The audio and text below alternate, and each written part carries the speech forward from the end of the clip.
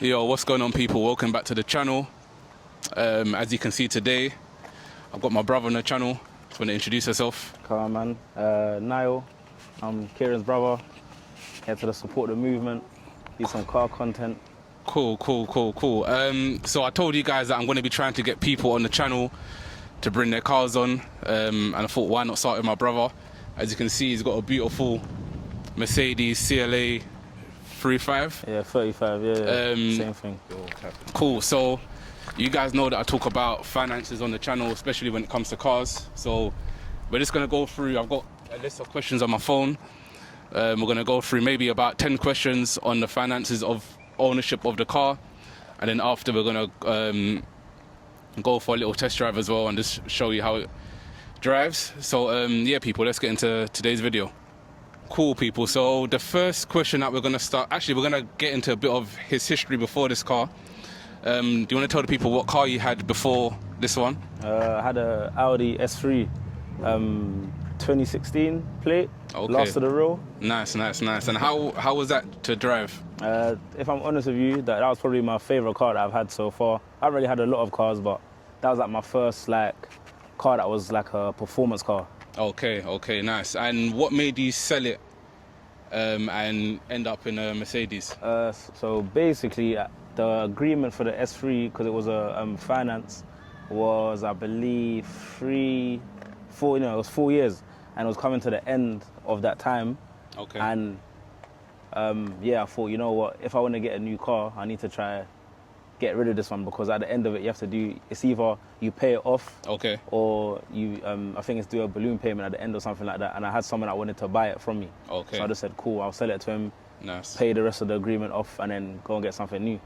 Cool. So was there any other reasons that you wanted to sell it, or was that was that the main reason? Yeah, no, that was probably the main reason. I didn't really have Yeah. any issues with the car. Like, obviously, at the point I was gonna sell it, like, the mileage was starting to get a bit high. Okay. So, you know, as the Okay. mileage starts going up more, like, The higher, value will you're drop. gonna start, the value will drop, and you start getting a bit more problems. Okay. So I was thinking this is probably the best time to probably exit from this one. Cool. And before the S3, can you remember what you had before that? Yeah, I had a Golf GTI, and then before that I had a Vauxhall Astra.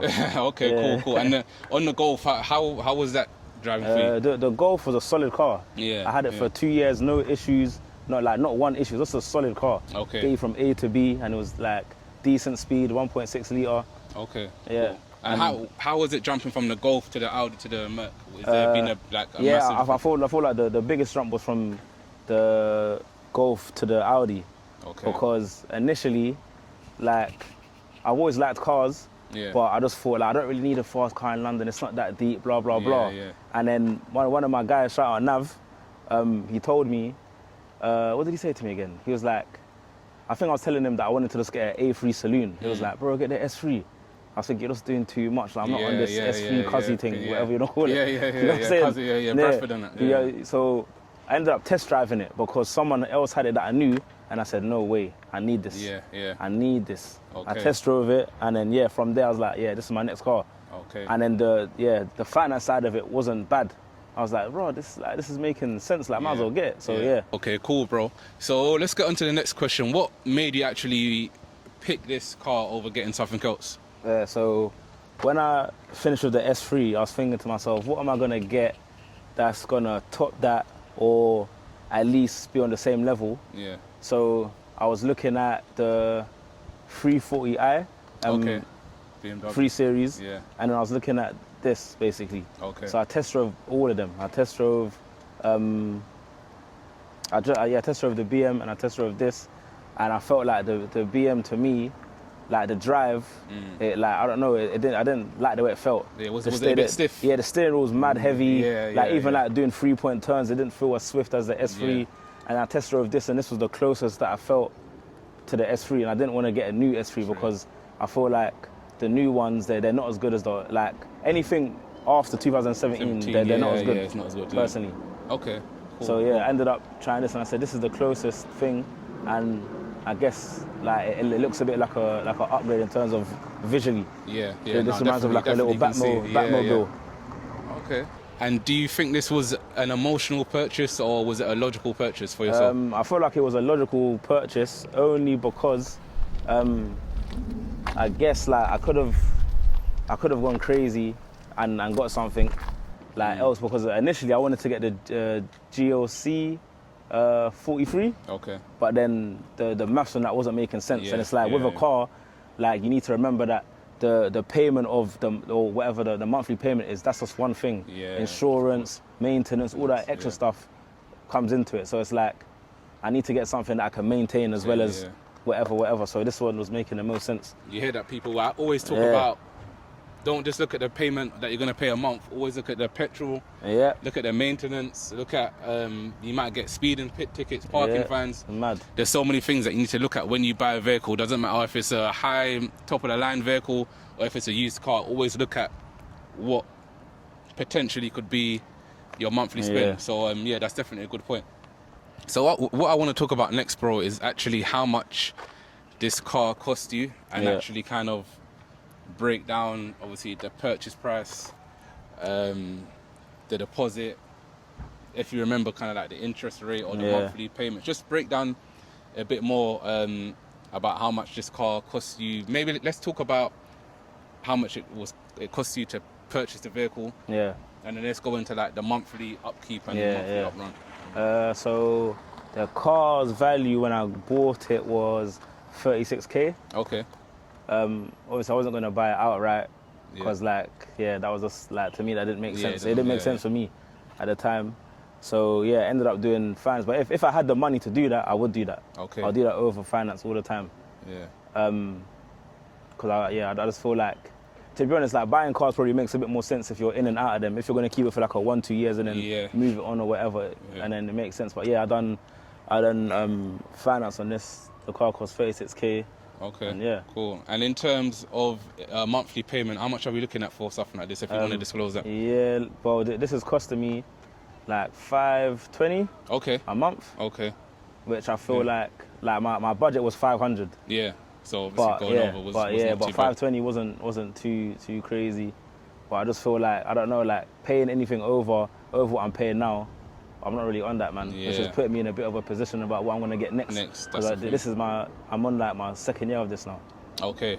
And in terms of something like, let's talk about, obviously we know we're gonna get onto later a little bit about what you do, but in terms of petrol, you're up and down quite a lot. Yeah, man. So how much is something like this costing you on petrol a month? Well, weekly, like I'm living basically in Croydon, and I'm driving to Enfield, I'm driving to Kingsbury, so those are like 1.5 to 2 hour journeys depending on what time you're going. So I'm doing a lot of driving, but I feel like, before I even get into how much I'm paying weekly or whatever, like I feel like longer drives are better for your petrol than the shorter drives.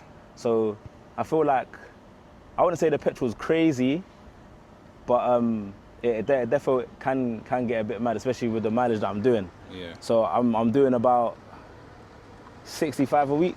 Okay. £65 a week. But when I first got it, I was doing maybe like 55. Okay. Then when the petrol went up because of this whole war thing and all that, it just went mad. So yeah, I'm paying anywhere between 65 to 70. It depends where I go. Okay. Nice. And let's talk about outside of your petrol. Let's talk about, has anything gone wrong with the car?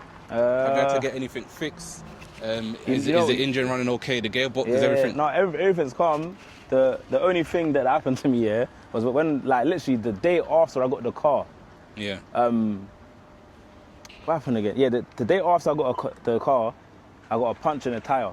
Oh, okay. So I've gone to go get the tire fixed, and then on the way out, I've ended up scraping a parked car. Oh, okay. Dark. So you've had to. Yeah. Was it on the front? No, it was here, and it's still even kind of there. I'll be real. Let's show the people where it was.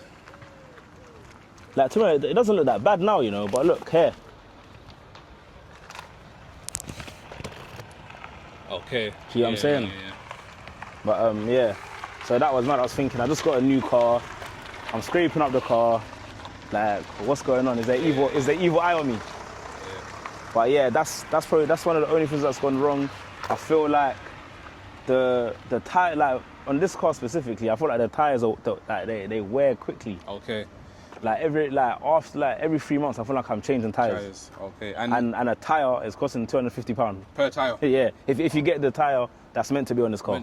On the channel, I always preach to get what you want if you want it, but just know the position that you're going to put yourself in. So having something like this, you know, as my brother said, that each tire is costing £250. Probably if something was to go wrong with the engine, that's a whole nother price. Yeah, madness. It's an expensive piece of kit. So, as I said, if you are going to get an expensive car, just know that there is a maintenance and upkeep, and it's not just about the monthly purchase, payment. monthly payment or purchase figure. So, yeah. So let's speak on something that I talk on a lot on the channel, and that's kind of owning a high-end car. Has it stopped you from doing anything financially in your life, as like going on holidays, buying a car? Going on holidays, buying a house, like deposits, like just anything like your day-to-day life. No, I wouldn't say it's really stopped me doing anything, you know. Okay. But to be honest, like I don't really go on a lot of holidays, but I travel a lot. Yeah. And that's for work. So most of the time, like I'm not really having to pay for flights and accommodation, which is a blessing. Yeah. You get what I'm saying? So if I did, then it might be a different thing. But in my job, I do a lot of traveling, and yeah, like with that, obviously comes work, but you also get to enjoy as well. Yeah. So it's kind of like holiday work kind of thing. So yeah, nice. And it hasn't really stopped me doing much, to be honest. Okay. I just need to always like remember that when the end of the month comes, there's money to pay for this. You know what I'm saying? And you mentioned that you travel a lot for work and stuff. Do you want to just give the people the brief kind of rundown of what you do? Don't have to go into too much detail, but just... Yeah, I've got a company called Groundworks. Okay. That's involved in like a lot of music and like content creators. So yeah, that's me and my two other guys. We all run it together, and that's what I kind of do. So we work with like rappers, singers, streamers, hosts, all that kind of stuff. So yeah, that's kind of what we do. And we travel a lot, we tour a lot, and yeah. Okay, cool, people. Make sure you go and follow Groundworks on Instagram, TikTok, YouTube, all of that good stuff. So we're going to do about another 2 questions, and then we'll jump in and just do a quick little test drive and show the people. Yeah, cool. And the next question I want to get into, do you get a lot of attention driving this car? Yeah, I actually do, you know. Well, actually, I get attention. Like, certain people might just see the car, they'll be like, oh, that's a nice car, mate. Or kids will be like, rev it, in traffic and stuff like that. But well, what I would say is that I think this car's got a soft limmer on it. So, like, unless I'm driving it in the sport mode and I'm actually like driving it, it doesn't really make too much noise. Like the S3 was better for that. Okay. That's what I'm saying. Like, that was before they started introducing all that soft limit stuff. Like the Audi, I can just be chilling there, revving it, and it's going. Yeah. Okay. You know what I'm saying? Nice. But yeah. No, it's definitely an eye catcher, man. Definitely. And I think in this colour as well, and like the dark grey with the black tile wheels, it looks crazy, man. So people, let's jump into the car, and we'll go for just a little test drive and just show the people what it can do. Yeah.